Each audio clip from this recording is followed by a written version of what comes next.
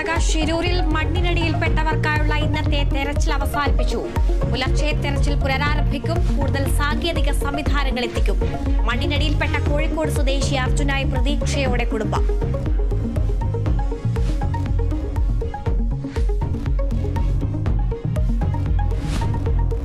NEET ചോദ്യപേപ്പർ ചോർച്ചയിൽ ഒരാൾ കൂടി അറസ്റ്റിൽ പിടിയിലായത് 1ാം വർഷ MBBS വിദ്യാർത്ഥി സുരഭി കുമാരി.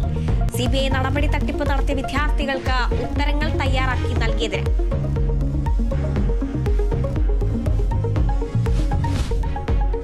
സംസ്ഥാനത്ത് H1N1 ബാധിച്ചു വീണ്ടും മരണം. കൊച്ചിയിൽ ചികിത്സയിലായിരുന്ന 4 വയസ്സുകാരൻ മരിച്ചു. കണ്ണൂരിൽ 3.5 വയസ്സുകാരന് അമീബിക് മസ്തിഷ്കജ്വരം. തിരുവനന്തപുരത്ത് ഒരാൾക്ക് കൂടി കോളറ സ്ഥിരീകരിച്ചു.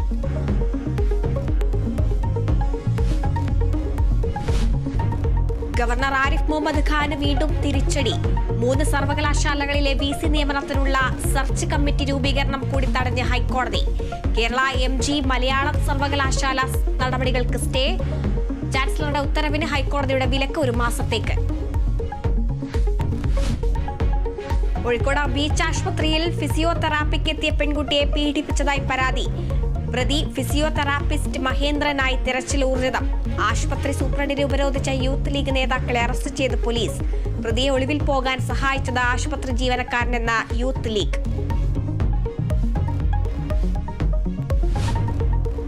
മതമറിയാൻ നീക്കമോ? ശ്രാവണ തീർത്ഥയാത്ര പാതകളിലെ ഭക്ഷണശാല ഉടമകളുടെ പേര് പ്രദർശിപ്പിക്കണമെന്ന UP സർക്കാർ തീരുമാനം വിവാദത്തിൽ. നിർദ്ദേശത്തിൽ NDAയിൽ ഭിന്നത. എതിർപ്പുമായി കേന്ദ്രമന്ത്രി ചിരാഗ് പസ്വാൻ.